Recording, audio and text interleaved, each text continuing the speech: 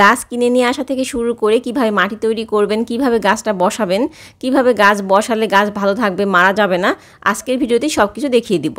নার্সারিতে গিয়েছিলাম মূলত ঘুরতে, গাছ নেওয়ার কোনো উদ্দেশ্য ছিল না। ভাবলাম যে যাই, যদি কোনো নতুন গাছ পছন্দ হয় তাহলে নিয়ে আসবো।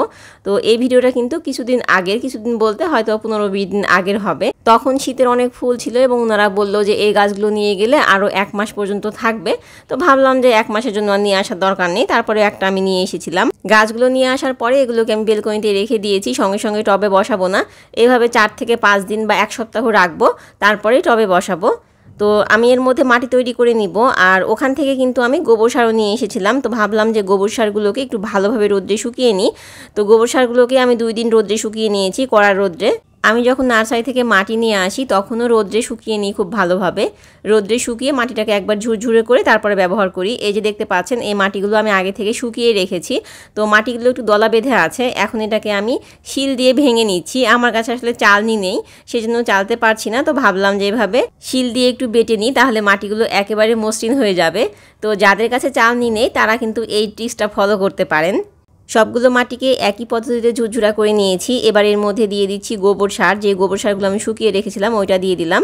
আপনারা এখানে গোবর সারের পরিবর্তে ভার্মি কম্পোস্ট ইউজ করতে পারেন বা যে কোনো কম্পোস্ট দিলেই হবে। এবার এরপর দিয়ে দিচ্ছি কোকোপিট আর দিয়ে দিচ্ছি বালি। এখানে আসলে কোনো কিছুর পরিমাপ আমি বলছি না, আমি আমার আন্দাজ মতো দিয়ে দিচ্ছি। এরপর দিয়ে দিলাম হাড়ের গুঁড়া। হাড়ের গুঁড়া খুব বেশি ছিল না, যা আসলো তাই দিয়ে দিলাম। আর দিয়ে দিচ্ছি নিম খোল। যেহেতু হাড়ের গুঁড়াটা খুব বেশি ছিল না, সেজন্য এর মধ্যে ডিমের খোসা গুঁড়াটাও দিয়ে দিলাম। এবার পানি দিয়ে দিচ্ছি। আমার এই মাটিগুলো খুবই শুকনা, সেজন্য পানি দিয়ে দিচ্ছি যাতে করে মেশাতে সুবিধা হয়। আপনারা চাইলে এখানে আরও অনেক কিছু অ্যাড করতে পারেন, যেমন চা পাতা অ্যাড করতে পারেন, ছত্রাকনাশক দিতে পারেন। মাটি অনেক কিছু দিয়ে তৈরি করা যায়, তবে আমি যা দিয়ে তৈরি করেছি মোটামুটি আপনারা যদি এভাবে মাটি তৈরি করতে পারেন তাহলে এটা দিয়ে সব ধরনের গাছ লাগাতে পারবেন। এবার এই সব কিছুকে খুব ভালোভাবে মিশিয়ে নিতে হবে। মিশিয়ে নেওয়া হয়ে গেলে এই মাটিকে 1 সপ্তাহের জন্য রেখে দিব, তারপরে গাছ লাগাবো, তাহলে রেজাল্ট বেশি ভালো আসবে। 1 সপ্তাহ পরে চলে আসলাম গাছ লাগাতে। প্রথমে আমি মরিচ গাছটা লাগাবো। তো মরিচ গাছের জন্য এখানে আমি 10 ইঞ্চি সাইজের একটা টব নিয়েছি। আর টবের নিচে যে ছিদ্রগুলো আছে ওখানে ভাঙা খোলা দিয়ে দিলাম, তার উপরে দিয়ে দিচ্ছি বালি।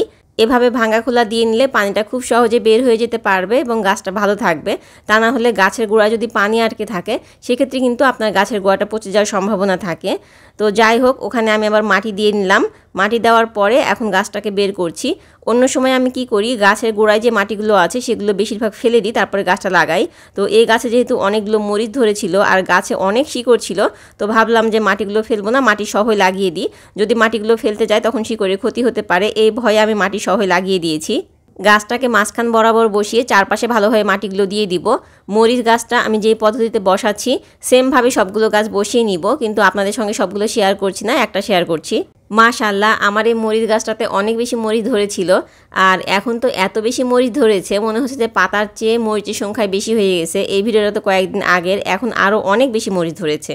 যাই হোক, মাটি দেওয়া হয়ে গেলে টব ভর্তি করে পানি দিয়ে দিব। এভাবে গাছটাকে একদিন ছায়ে রেখে দেবো, তারপরে রোদ্রে দিব। আর আপনারা সবসময় চেষ্টা করবেন বিকালে গাছ লাগাতে। গাছের সার ব্যবহার করেন বা গাছ লাগান, যেটাই করেন না কেন বিকালে করার চেষ্টা করবেন, এতে করে গাছ বেশি ভালো থাকবে। আল্লাহ হাফেজ, আসসালামু আলাইকুম।